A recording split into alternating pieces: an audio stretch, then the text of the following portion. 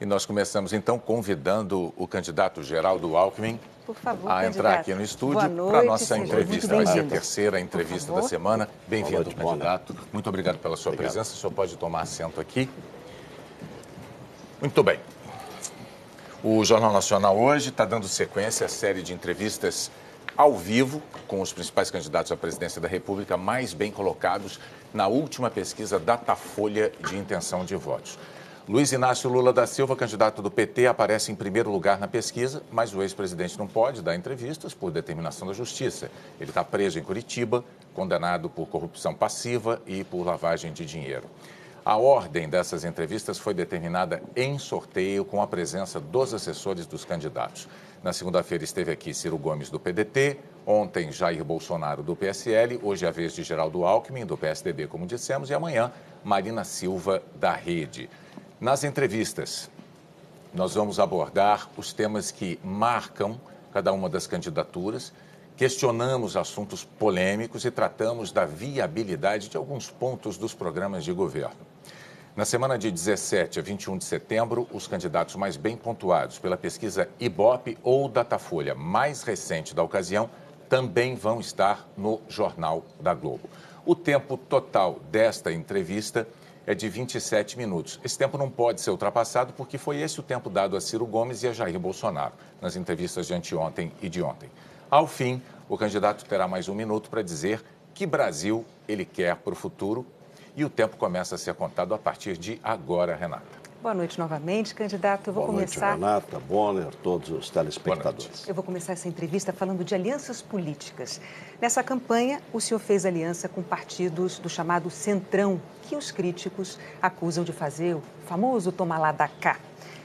Partidos esses que têm 41 investigados pela Lava Jato. 41 investigados, candidato. Como é que o senhor explica isso para os eleitores quando as pesquisas mostram justamente que eles querem formas mais republicanas de se fazer política e apoiam o combate à corrupção? Olha, Renata, primeiro é importante, todos os partidos têm bons quadros. Então, eu fui buscar no Progressista, que é um dos partidos que nos apoiam, a mais respeitada mulher senadora da República, Ana Amélia. Nós temos bons quadros em vários partidos. E precisamos ter maioria para fazer as mudanças que o Brasil precisa. Quem prometer mudanças sem construir maioria é conversa fiada. Ou nós vamos continuar nesse marasmo que está o Brasil, ou nós precisamos fazer reformas. O Brasil precisa das reformas. E eu estou explicitando o que eu vou fazer. Reforma política, exatamente para não ter 35 partidos, reduzir o número de partidos, reduzir voto facultativo, importante, voto distrital, proibir coligação proporcional. Estou falando dos investigados. Mas os partidos têm bons quadros. Quem é investigado vai responder por isso. Eu vou dar um exemplo para você. Em São Paulo, o PTB, que foi meu aliado, o secretário da Justiça é do PTB. Quem é o secretário da Justiça? Márcio Elias Rosa, membro do Ministério Público, o ex-procurador-geral do Ministério Público de São Paulo. Todos os partidos têm bons quadros. Mas então vou também dar um outro exemplo para o senhor. Por exemplo, falando, um dos seus aliados nessa eleição é Fernando Collor de Mello, do PTC. Eu vou ler o histórico dele aqui. Já sofreu um impeachment por denúncia de corrupção, todos os brasileiros sabem bem. Na Lava Jato, ele é réu por corrupção passiva, lavagem de dinheiro e organização criminosa. Ele ainda é investigado em mais 4 inquéritos. Numa entrevista que o senhor deu no Bom Dia Brasil, deixa eu só terminar, perdão. Numa entrevista que o senhor concedeu até para mim mesmo no Bom Dia Brasil, em 2006, quando o senhor foi candidato à presidência da República pela primeira vez, o senhor disse para mim o seguinte: na política é importante, em política é importante, palavras suas, diga-me com quem andas e eu direi quem és. O senhor repetiria hoje essa frase tendo ao lado Fernando Collor de Mello, por exemplo? O PTC não me apoia. Ele apoia outro candidato. A coligação do PTC não é com o PSDB. A minha coligação tem 8 partidos, não está o PTC. Então, não me apoia, não está na minha coligação. A coligação ela é importante porque o Brasil tem pressa. Quem assumir em janeiro, 1º de janeiro, precisa ser rápido. aproveitar a força do voto, a força do povo para fazer as reformas rapidamente. Mas então, o que o senhor tem a dizer sobre esses investigados que eu mencionei, os 41 investigados na Lava Jato? O que a sociedade, o que quem está nos assistindo quer? Quer que haja investigação, transparência, puna quem precisar ser punido e absolva quem deve ser inocentado. É isso que precisa ser. O Brasil, o governo funcionar, o país crescer, defendo a Lava Jato, defendo as investigações, então é importantíssimo que elas ocorram e a sociedade vai amadurecer, nós vamos sair desse episódio melhor. Mas quero dizer aqui o que disse o diretor-geral da Polícia Federal, se não mudar o sistema político, não vai melhorar. Há um princípio em medicina que diz, suprima a causa que o efeito cessa. O sistema político nosso faliu, não pode funcionar com 35 partidos. Por isso, a primeira reforma que vou fazer é a reforma política. E vou ter maioria, porque o presidente é o líder. Ele volta a repetir a tal frase, né? Volto a repetir. E vou governar, Renata, com os melhores quadros de todos os partidos que estiverem conosco. Mas então, candidato, o senhor tem dentro do seu próprio partido, diga-me com quem andas e te direi quem és. Dentro do seu partido, o senhor tem Aécio Neves e tem Eduardo Azeredo. Ambos com envolvimento em casos de corrupção. Eduardo Azeredo condenado, cumprindo pena. Aécio Neves tem contra ele uns vídeos muito eloquentes, muito explícitos, né? O senhor tem dito que é a favor da Lava Jato, o senhor é a favor do combate à corrupção. Como presidente do PSDB, por que é que o senhor não pediu, não propôs até agora a expulsão desses dois elementos do seu partido?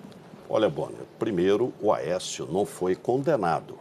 Ele está sendo investigado e vai responder para a justiça. Nós não passamos a mão na cabeça de ninguém. Quem errou, paga pelo erro. Quem foi absolvido, será absolvido.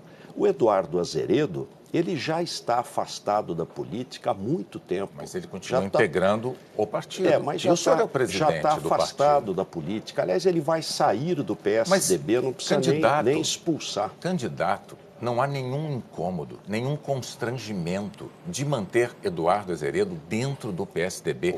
Eu tenho que perguntar ao senhor o seguinte, a ética que o PSDB defende com tanta veemência e cobra com tanta veemência de partidos adversários, não vale para os próprios tucanos do PSDB? Vale, e nós não vamos para a porta de penitenciária para contestar a justiça, não transformamos réu em vítima, não desmoralizamos as instituições. E não expulsam um condenado o Aécio como Neves Eduardo era o Azeredo. Presidente do partido, ele foi afastado da presidência do partido. Nunca me passou pela cabeça ser presidente do PSDB. E eu só fui eleito presidente do PSDB porque ele foi afastado. O partido fez o que tinha que ser feito. Afastou, fez nova eleição, elegeu uma nova direção partidária e o Aécio responde na justiça. E Eduardo Azeredo, candidato? O Eduardo Azeredo já está afastado da vida pública há quase 10 anos. O senhor está dizendo, então, como presidente do PSDB, que nem passa pela sua cabeça tomar a iniciativa de pedir a desfiliação, o desligamento dele do seu partido. Ele vai pedir o seu desligamento. Mas eu queria dar uma palavrinha sobre ética, que acho que essa é uma questão central. Eu fui deputado estadual, 2 vezes deputado federal. Poderia estar aposentado, recebendo como deputado, desde os 50 anos de idade. Não recebo 1 centavo. Sim, candidato. A lei, só para concluir, porque senão vira discurso, a lei permite. Nem tudo que é legal é ético. E política é uma atividade essencialmente ética. Quem não tem compromisso com a ética tem que estar fora da política. A ética vai permear diversas questões aqui nessa entrevista, né? Pois é, até a propósito disso, 3 delatores de uma empreiteira narram pagamentos de caixa 2 para campanhas do senhor em 2010 e 2014. Um dos delatores, inclusive, dá detalhes de um encontro onde teria sido acertado esse dinheiro ilegal. Ele diz que o senhor entregou a ele um cartão do seu cunhado, recomendando que tudo poderia ter acertado entre os dois, entre o delator e o seu cunhado. Quando confrontado com isso, o senhor sempre diz que não é verdade. Mas o PSDB dá crédito às delações contra políticos de partidos adversários. Por que ela seria falsa para o senhor, com relação ao senhor, e verdadeira para opositores do senhor? Renata, primeiro, total transparência. total compromisso com a investigação. Isso é mentira. As minhas campanhas sempre foram feitas de maneira simples e rigorosamente dentro da lei. Nunca teve cartão nenhum. Aliás, a própria pessoa que fez essa delação, ela nem participou da reunião, ela mesma diz. A minha família, ninguém participa de governo. A minha mulher trabalha comigo há quase 40 anos como voluntária. Então, é importante separar o joio do trigo. Há uma tendência de misturar tudo e não é correto e não é verdade. Os três delatores, nesse caso, contam a mesma história, inclusive um deles dá detalhes disso. Seu cunhado recebeu pessoalmente o dinheiro. O senhor disse, então, que é mentira. É mentira, e por que seria verdade delações contra integrantes de partidos opositores ao senhor? Não estou eu que não estou dizendo. Não, Renata, não estou eu que estou dizendo que é verdade. É a justiça que está dizendo. Nós temos que respeitar a justiça. Não sou eu que estou dizendo se é verdade ou não é verdade. O que a sociedade quer? A sociedade não julgamentos, candidato. A sociedade quer que as investigações ocorram, que haja transparência, que quem seja inocente seja inocentado, quem seja culpado pague pelo seu erro. É isso que nós queremos no Brasil. É uma prudência que, para os tucanos, o PSDB tem e não foi tão prudente assim quando os acusados ou delatados eram de outros partidos, tenho que dizer. Não, mas nós sempre respeitamos a justiça, sempre respeitamos a justiça e defendemos a investigação. Nós vamos permanecer nesse terreno da corrupção porque é um tema que no Brasil, infelizmente no Brasil hoje, é um tema que se impõe muito.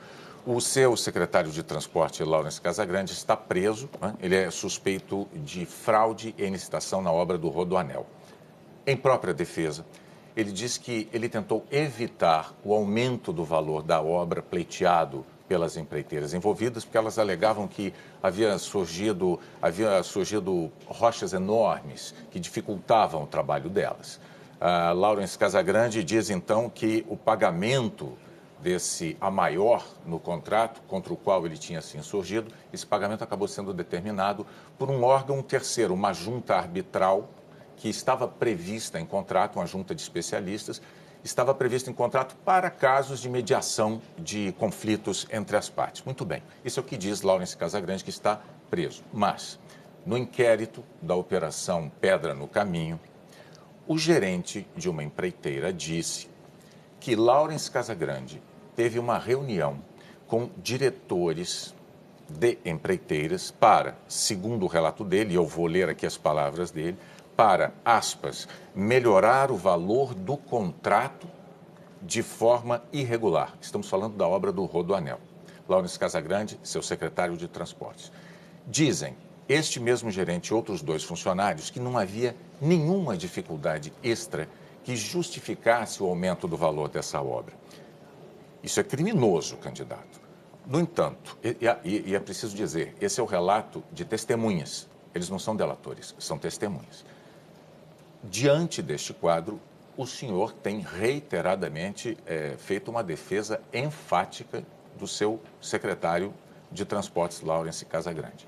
Esta defesa que o senhor faz é coerente com o seu discurso de combate à corrupção? Absolutamente coerente. Quero falar aqui com quem está nos assistindo. Eu assumi o governo em 2011, o governo do Estado de São Paulo, nomeei um promotor de justiça, aliás, mais do que promotor, um procurador de justiça do Estado para secretário de Logística e Transporte do Estado. Ele escolheu o Laurence Casagrande, que é um homem sério, correto, para presidente da Dersa. Ele foi o presidente da Dersa, fez uma belíssima obra. O Rodoanel está terminando. Houve um questionamento ao longo da obra em relação à questão de rochas que apareceram. Ele corretamente pediu para que o IPT se pronunciasse. O concessionário, a concessão não concordou. O contrato, essa obra é financiada pelo BID, prevê uma junta de arbitragem. A junta de arbitragem foi montada com 3 pessoas, professores da Escola Politécnica da Universidade de São Paulo, um indicado pela empresa, um pela Dersa e um independente. Os 3 decidiram que aquele volume de rochas não era previsível, que deveria ser pago. O BID concordou. Eu acho, nós temos, dizem outra Bonner, coisa, nós temos que ser justos. Eu acho que o Lawrence está sendo injustiçado. Bom, espero que amanhã, quando ele for inocentado, tenha o mesmo espaço para fazer justiça a uma pessoa de vida simples, uma pessoa séria, uma pessoa correta e que pode estar vendo uma grande injustiça. Aliás, nós derrubamos o preço do Rodoanel através das desapropriações. Veja, candidato, se ele for absolvido, certamente haverá espaço para isso. Se ele for condenado, o senhor terá endossado o comportamento dele e ficará numa situação delicada. Todas as informações que eu tenho, todas, Bonner, não há nenhum problema, nem na obra, nem no comportamento dele. Eu tinha adiantado alguns pontos da defesa de Lawrence Casagrande, o senhor os repetiu, mas o senhor omite esses relatos de testemunhas. Eu não tenho essas informações que elas você constam tem, do até porque inquérito. Estão em segredo de justiça. Não, constam do inquérito. Mas você é mais poderoso do que eu, consegue. Candidato, não é um fato isolado em se tratando de Dersa e de Rodoanel. Não é? O Ministério Público acusa Paulo Vieira de ter escondido, deixa eu ver o valor aqui, 113 milhões de reais, o correspondente a 113 milhões de reais fora do Brasil, no exterior. Quer dizer, quando se fala em Dersa, é muito dinheiro. Bonner, quando eu assumi o governo em 2011, ele já estava fora do governo. E se ele realmente tem, não precisa ser 130. Pode ser 130 reais. 113 milhões. E não provar, deve responder por isso. Bom, só quando eu assumi do governo, o Rodoanel Sul estava inaugurado e ele não estava mais no governo. Bom, antes de passar para o próximo tema da nossa entrevista, eu só gostaria de deixar claro que o seu partido, PSDB, apoia, sim, Fernando Collor de Mello, do PTC, em Alagoas. Portanto, seu palanque... Não, Renata, vamos clarear bem. O PTC não me apoia. Para presidente da República, apoia Fernando... lá em Alagoas... O seu partido apoia. Questão local. Eu não sou o candidato a presidente da República do senhor Fernando Collor de Mello, nem do PTC, e nem ele está na minha coligação. Mas então, sendo do seu partido, o senhor repete que diga-me com quem andas? Claro que repito, claro. Os senhores abriram mão, o PSDB abriu mão de ter um candidato próprio em Alagoas. Não é? Como? Em Alagoas. Não, mas não é só em Alagoas. O Brasil tem 27 estados com o Distrito Federal. Na metade dos estados do Brasil, nós não temos candidato. O Brasil não tem um sistema inclusive nas Alagoas de Fernando Collor. Não tem um sistema bipartidário. Bom, vamos nós passar, temos então, um sistema pluripartidário. E se nós não fizermos a reforma política, não vai melhorar. Eu quero ser o presidente da mudança, das reformas, para mudar o Brasil. Vamos falar de segurança pública, que é um tema que aflige muitos brasileiros. A maior facção criminosa do Brasil nasceu em São Paulo e se espalhou pelo país, inclusive atravessando fronteiras para fora, para outros países. Em que a sua política de segurança falhou?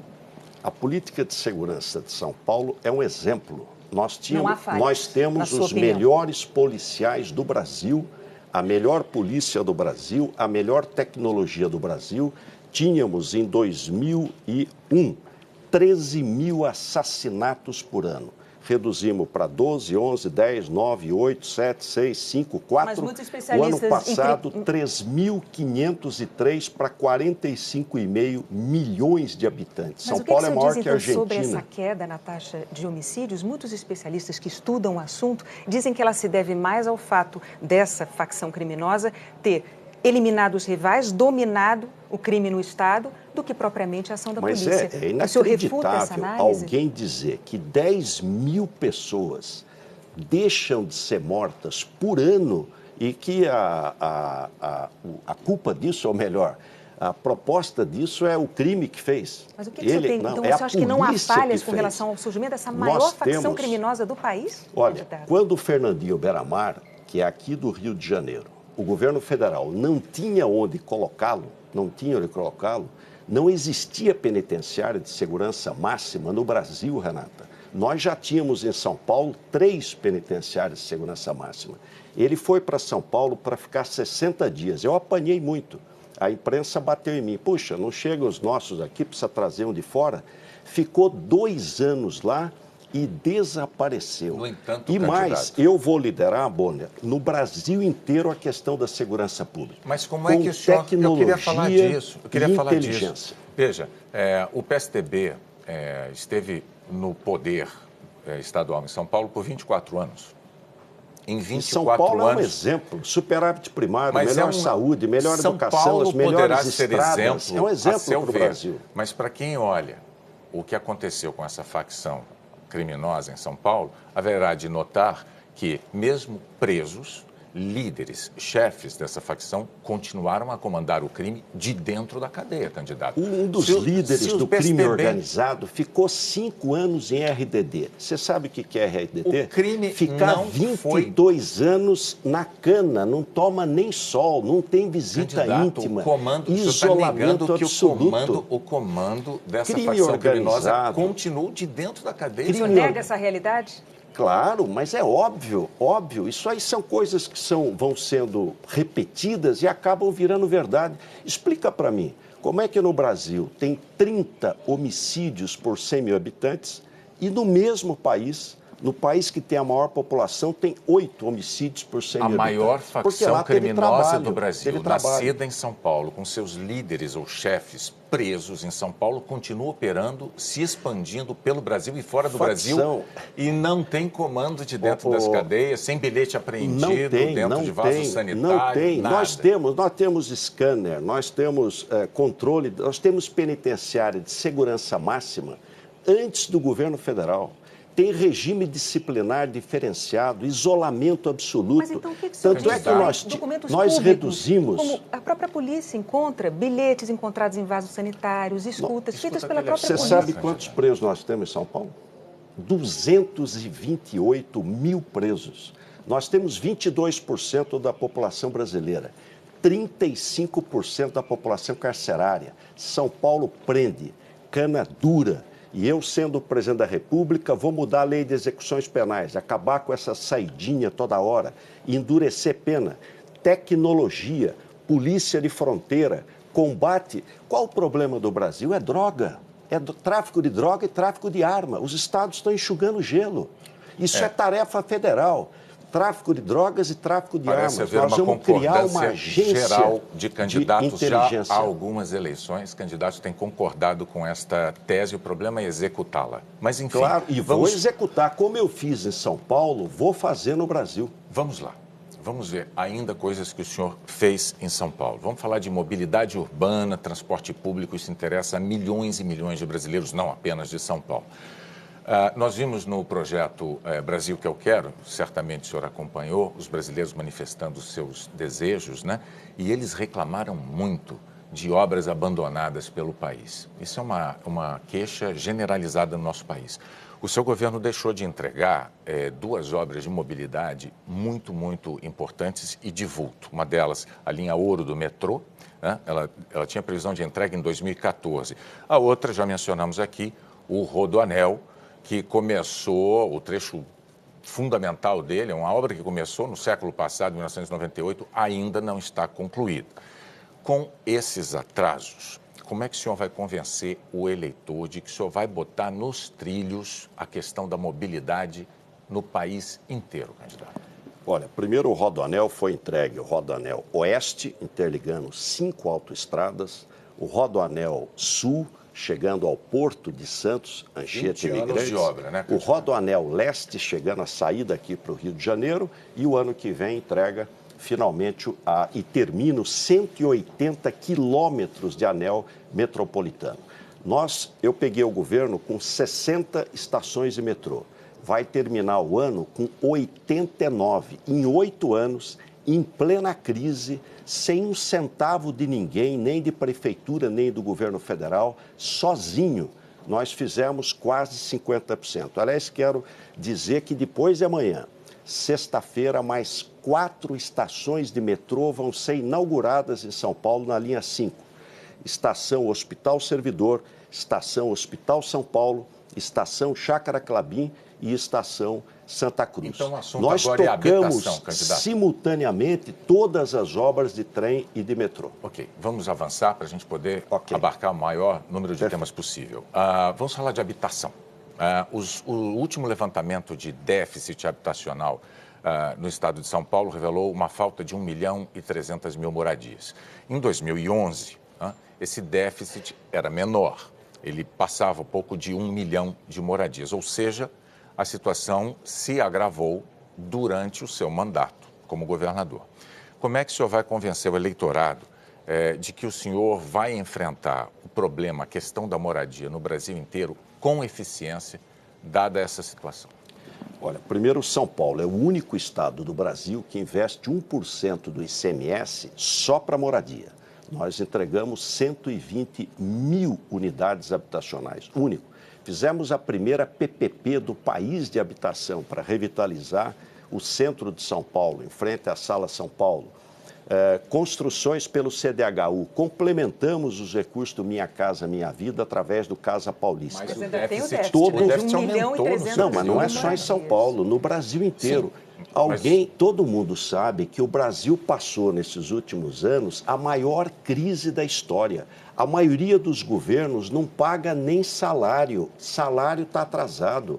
Nós, com todas as contas em dias, superávit primário, que é o que nós vamos fazer no Brasil, ajuste pelo lado da despesa e investimento.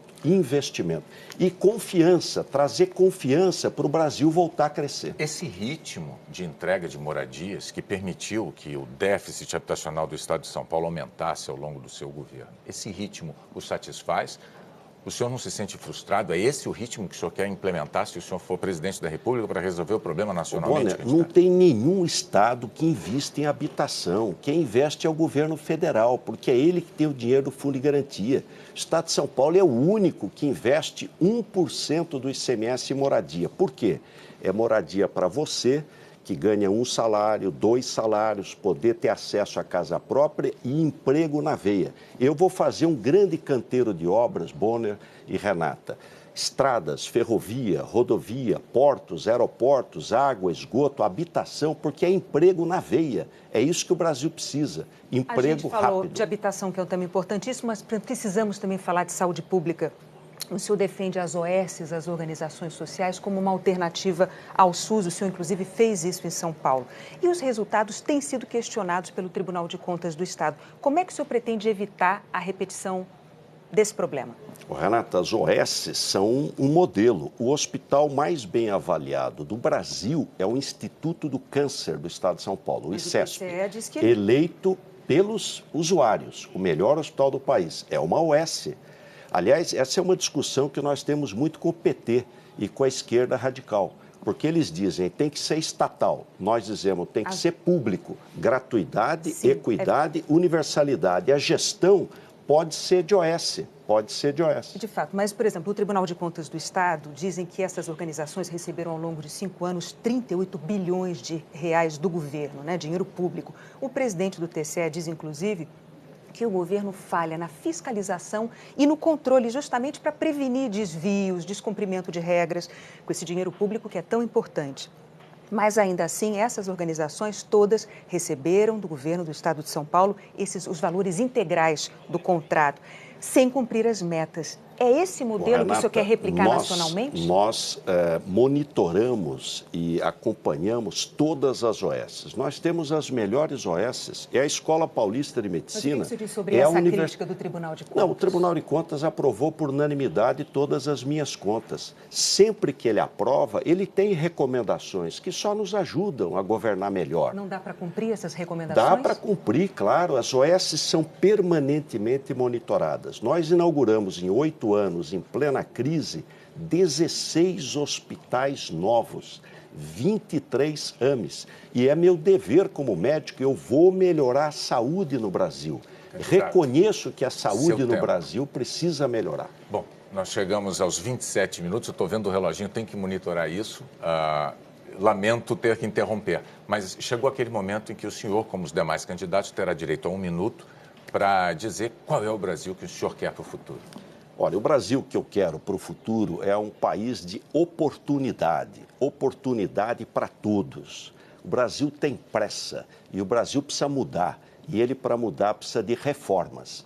Nós vamos fazer rápido as reformas que o país precisa. Para quê? Para ter emprego. O seu filho, o seu neto, você, trabalhador, trabalhadora, ter oportunidade. O Brasil voltar a ser um país de oportunidade para todos e não deixar ninguém para trás. Por isso, com humildade, peço o seu apoio. Eu agradeço, em nome de todo o Jornal Nacional, Renata, todos nós, agradeço a sua presença aqui, candidato. Muito obrigado. Obrigada.